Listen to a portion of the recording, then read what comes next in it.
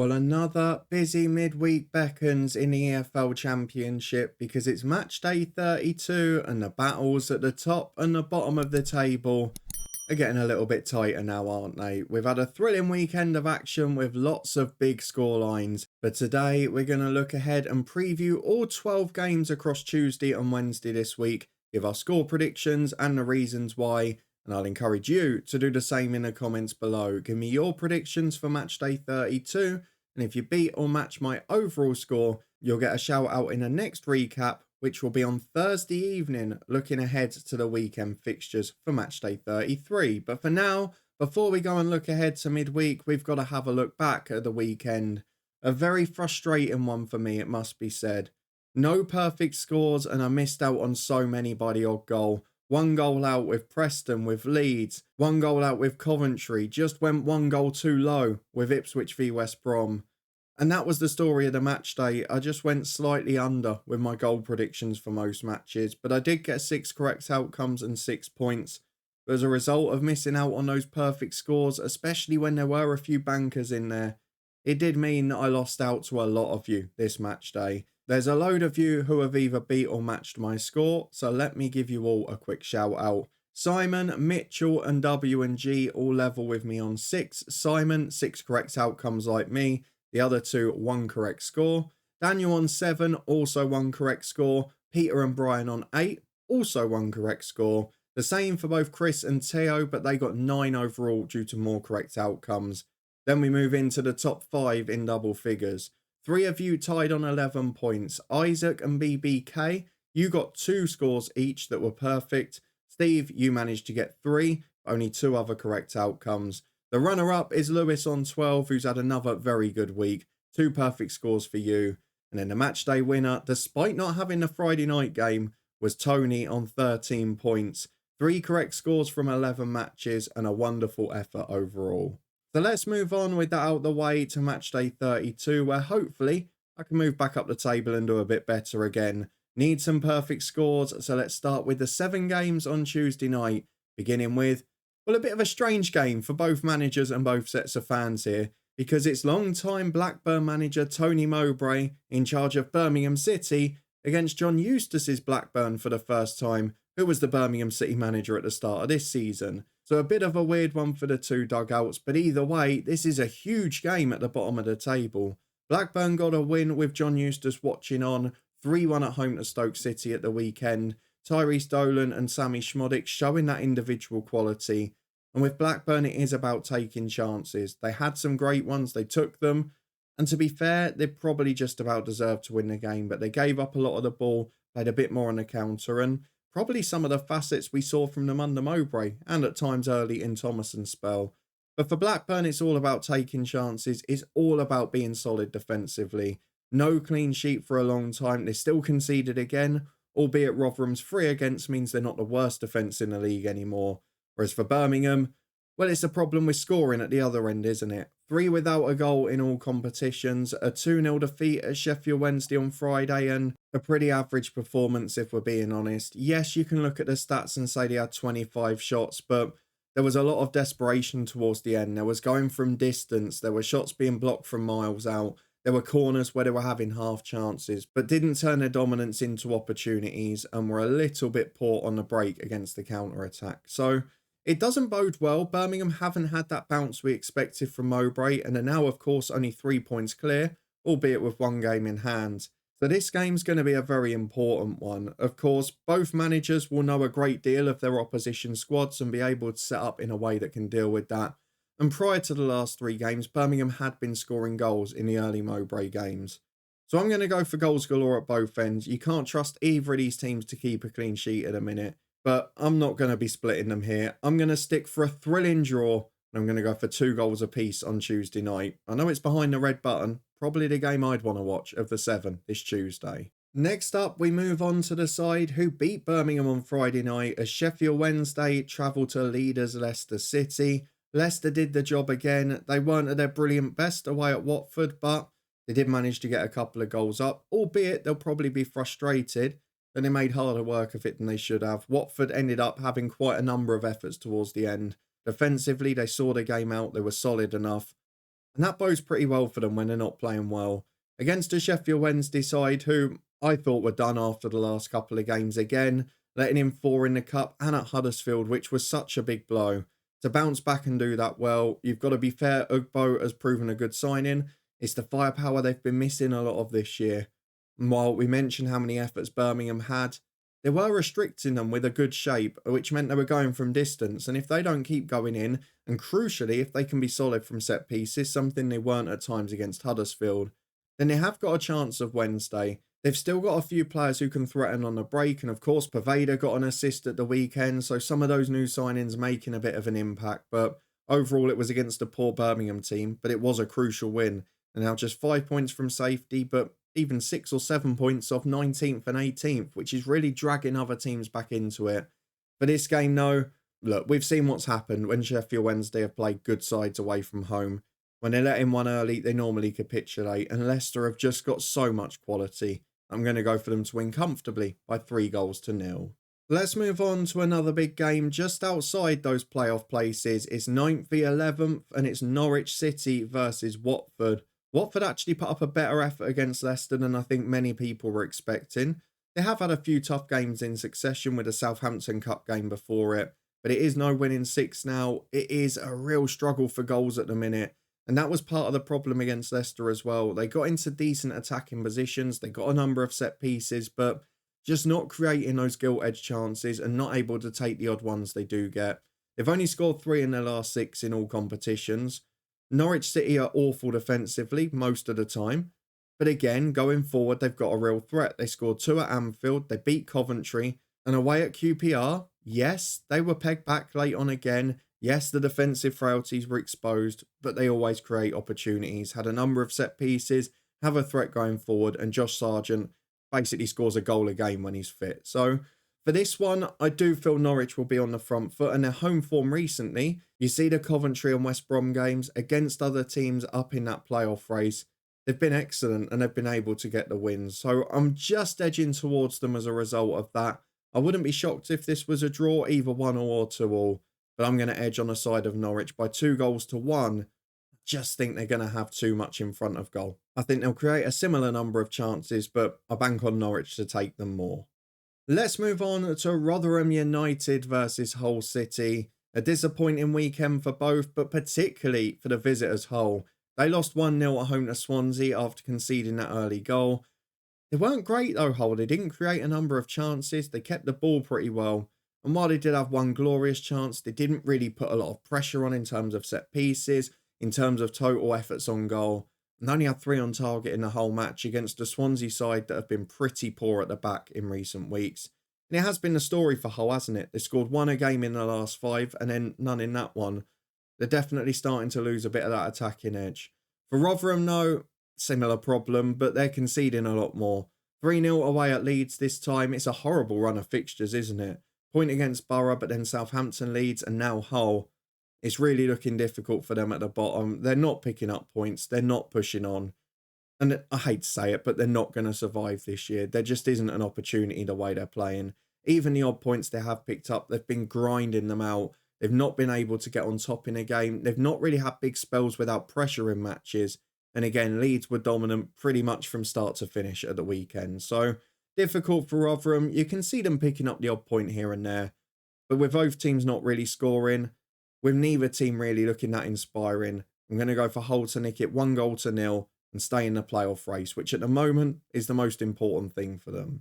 On to the two teams that those two played at the weekend. It is Swansea City versus Leeds United. Of course, you know, as courtesy of that both of these teams got a win on Saturday. Swansea, really decent performance at Hull after that disappointment themselves at home to Plymouth. And a really important result to drag them just away from that relegation mix, because things would have started to look a bit difficult if they haven't picked up a result there. And of course, this is no easy game either. For Leeds United, a 3-0 against Rotherham. They look pretty good at the moment. There's the odd game where they get frustrated, particularly when teams come and defend deep against them. But as we saw in that Rotherham game, if they get an early goal, they're always going to have a fairly comfortable time. And Somerville, in the end, trying his little cheeky Panenka, which worked out on this occasion. It's going to be an interesting game, this, because Swansea will have a change of confidence after stopping the rot of defeats.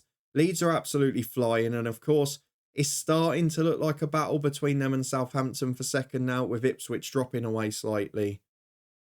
I still think Leeds nick it. I don't think this is going to be a great game. I think both teams will be a threat on the counter.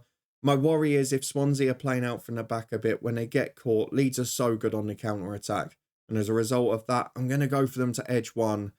There's part of me that thinks it'll be higher scoring, but I'm going to go for Leeds by 1-0 yet again. As we move on to the two 8 PM kickoffs on Tuesday, the first is another two sides that both won at the weekend. Bristol City versus Southampton. What a result for Bristol City at Middlesbrough. Keeps them in that mix, just 6 points off the playoffs despite being in the bottom half. And they were really clinical early on to go 2 up with 2 goals in 2 minutes and a late consolation. Let's be honest, it was probably game over at that point. But what I like again is that Liam Manning is being adaptable, having a side with very little possession, which is not the way he likes to play.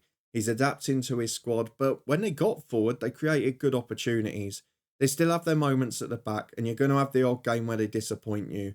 And they're not going to be the most consistent because, well, we've been doing these predictions nearly 4 years now, and Bristol City have been one of the hardest teams to predict. But he has got them playing in a slightly different way, which I feel is more effective for their style and their players. And as a result, they join Middlesbrough on 41 points now with a very big 3 points. Southampton look like losing that 23 unbeaten for a while, but it does now become 24. They come back from 3-2 down with 3 goals in the final 10 minutes. Joe Ruffwell scored 2 in 2 minutes from 2-0 down, including one of the sweetest struck volleys you'll ever see. The technique was beautiful. 5-3, not a score that anyone predicted, and no one can call those games. But it was a big win for Southampton in the end, despite Huddersfield causing the major problems. And we did mention it, I think it was the second half of that Swansea game a few weeks ago, wasn't it? When Southampton get a bit too comfortable, they do take a few too many liberties at the back, even for a Russell Martin side, even for a possession-based side. And they got caught out a little bit there. Weren't the best defensively from set pieces either. It was a difficult day for Southampton, but they got the win. It was a really important result. And as a result of that, I'm going to back them to get one here as well. We know Bristol City don't often put together 2 great performances. There have been draws galore recently. That was their first win in 6 as well. I'm going to go Southampton to win. You've got to go with the form book by 3-1. But there might be the odd chance of a draw here. Let's see what Tuesday night brings. As the final game on Tuesday is West Bromwich Albion versus Cardiff. West Brom will be gutted not to come out of Ipswich with a win, a 93rd minute equaliser after it looked like they were going to do the job. It was a proper Carlos Corberán smash and grab on the counter. Ipswich had all of the ball, all of the chances. But West Brom, they're so disciplined defensively. They've got a great shape, and it's how he got Huddersfield to the playoffs. He's doing a wonderful job, but they didn't hold on. You can't argue that Ipswich deserves something from the game, but it will be frustrating for West Brom. For Cardiff, exactly what we predicted. How often do they put 2 great performances together? Not very often. They relied on a moment of magic at Watford, a home to Preston, 2 down at half-time, game over pretty much. And yes, as everyone does against Preston, they had a bit more of the ball, they had plenty more of the territory and chances. But I think over the game, they only had one excellent one, and overall, it was just one of those frustrating days. Goals are becoming hard to come by for them. They've only scored, 2 in their last 5 matches in all competitions, and the goals against column is starting to look quite frightening, something that probably needs to be addressed. So for this game, you do have to go with West Brom. Generally this season, their position in the league has been built on consistency against the bottom half teams. Consistency at home, they beat Birmingham and Blackburn in their last 2 there.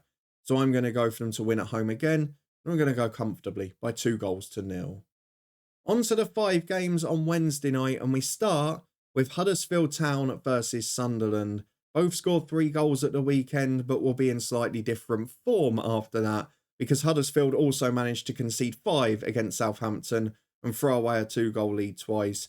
They really looked good on the counter. They created chances. They looked a threat. They gave up the ball and countered at speed, but defensively, they've been poor all season and they struggled yet again there. For Sunderland, a great comeback win against Plymouth, and this is probably what we've been waiting to see whether Michael Beale could produce for them, because the second half was arguably one of their best performances of the season.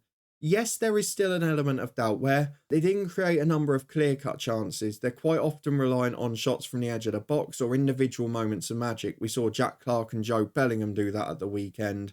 but they are getting a dominance of the ball, which we would expect. They are creating openings. It's just whether they can tighten up a little defensively.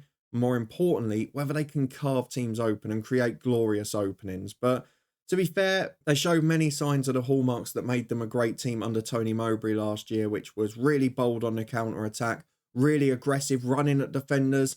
And that was maybe the accusation in the early weeks under McBeal, that they were just keeping the ball a bit too much and it was a little too methodical, something that Rangers fans would be familiar with too. But the fact that they were moving at speed, carrying the ball in this game, definitely a positive sign for the future. So going into this one, it's quite difficult because Huddersfield's last home game was brilliant. Sunderland under McBeal haven't been brilliant on the road, but they have played Borough, Ipswich, very decent teams. There's part of me that thinks Huddersfield's going to win this. And there's not really much to back it up. I mean, you could go either way. There's so many stats supporting both teams in different areas here. But I'm going to go for Huddersfield to nick it 2-1 based on their last home performance. But don't be shocked if Sunderland win this, because it could be any score, quite frankly. On to the final four. We start with Plymouth Argyle, who face Coventry City at home park. Plymouth beaten 3-1 at Sunderland, as we mentioned. Solid first half, but they're so poor defensively away from home. We've mentioned that a number of times. We were gobsmacked when they got the clean sheet and a win, their first away one of the season at Swansea. But since then, 4 conceded, 3 of them in extra time against Leeds in the Cup. And we did say that we thought that might harm them towards the end, which ultimately it did. And Sunderland were able to take advantage of some tired legs second half. For Coventry, I've just watched the game against Millwall before recording this. A really solid second half performance. Weren't great in the first half, took a little bit of time to get into it. But in the second, Callum O'Hare started finding space. Haji Wright looked a real threat off the left. And of course, they were done a few favours by defensive errors from Millwall.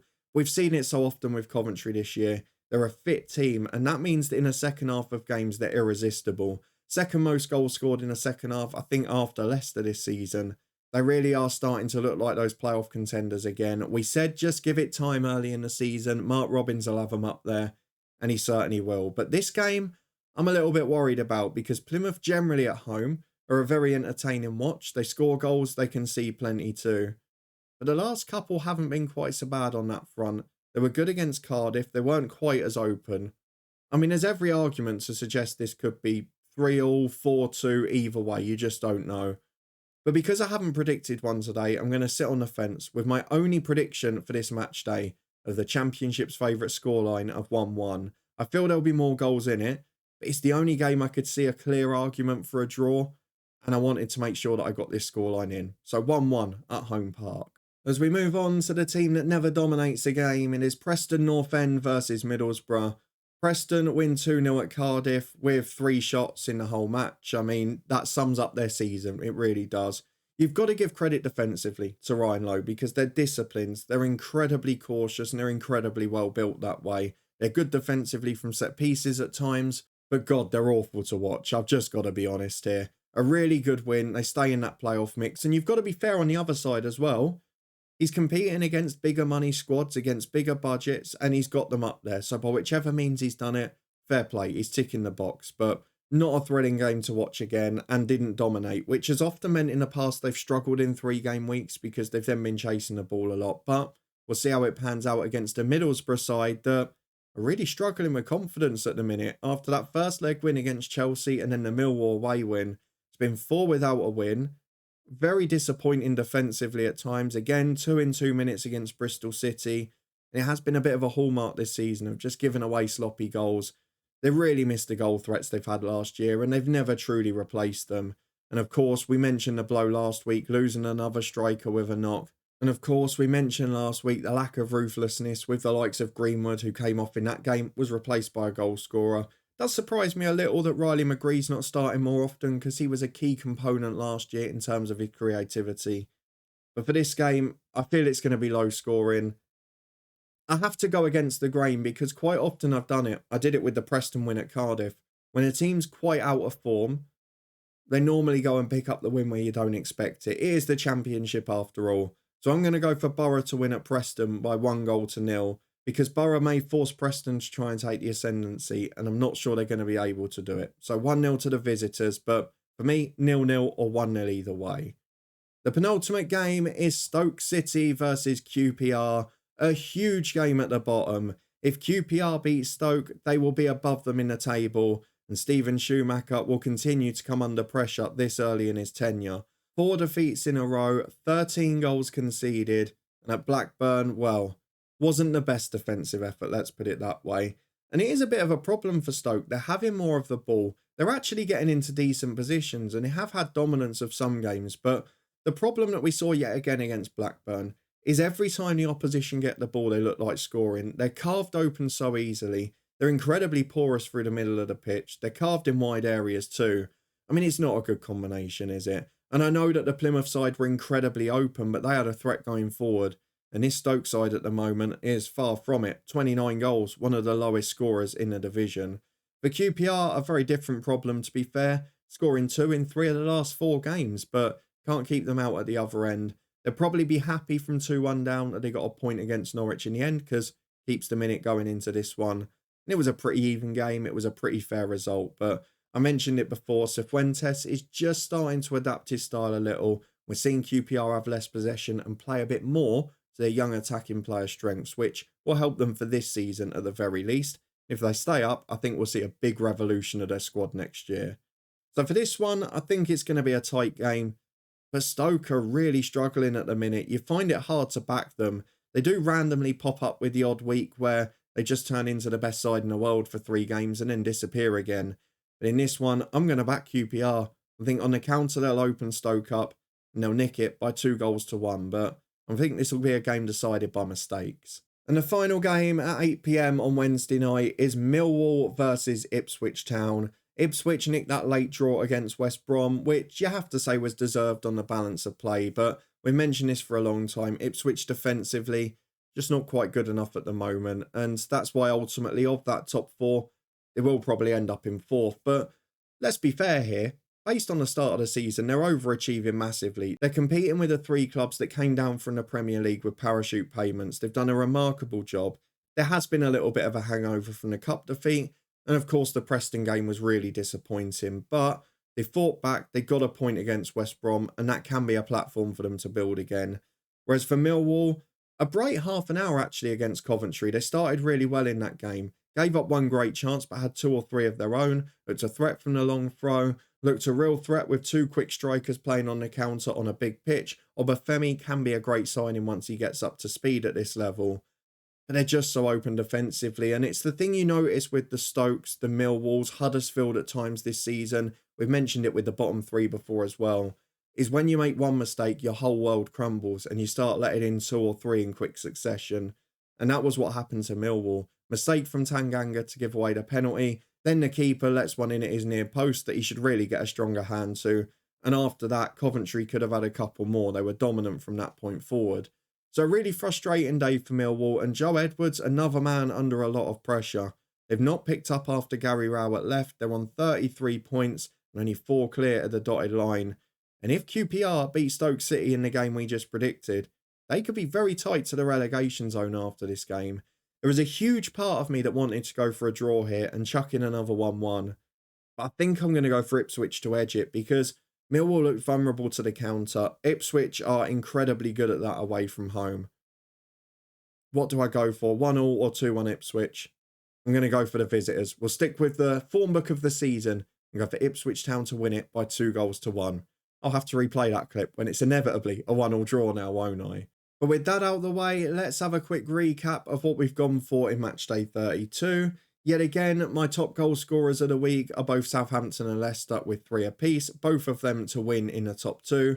Leeds to keep pace with a 1-0 at Swansea and Ipswich to do the same with a 2-1 at Millwall. And at the bottom end, I have got QPR coming out of the relegation zone. I've got them to beat Stoke City and Huddersfield to beat Sunderland, which if it all goes as we expect, will put Stoke in the bottom 3 at the end of Wednesday night. How bold have I been there and will it be right? Or will Stoke turn up against QPR? Let me know in the comments if you agree or disagree with my predictions. And most importantly, give me yours for matchday 32. If you beat or match my score, you'll get a shout out on Thursday, as we'll be back to look ahead to all of the weekend's action in the Championship. But for now, if you did enjoy this one, please do put a thumbs up on it. Subscribe and turn that notification bell on to stay up to date with the lot.